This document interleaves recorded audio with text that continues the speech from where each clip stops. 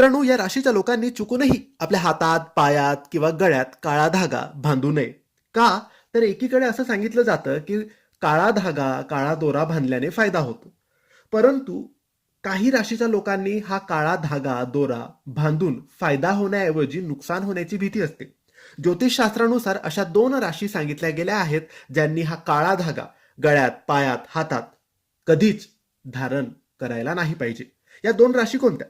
तर पहिली राशी आहे मेष राशी आणि दुसरी आहे वृश्चिक. आता कारण समजून घेऊया. वृश्चिक राशीचा स्वामी मंगळ आहे आणि मंगळाचा रंग लाल आहे. असं मानलं जातं की मंगळ काळ्या रंगाचा तिरस्कार करतो.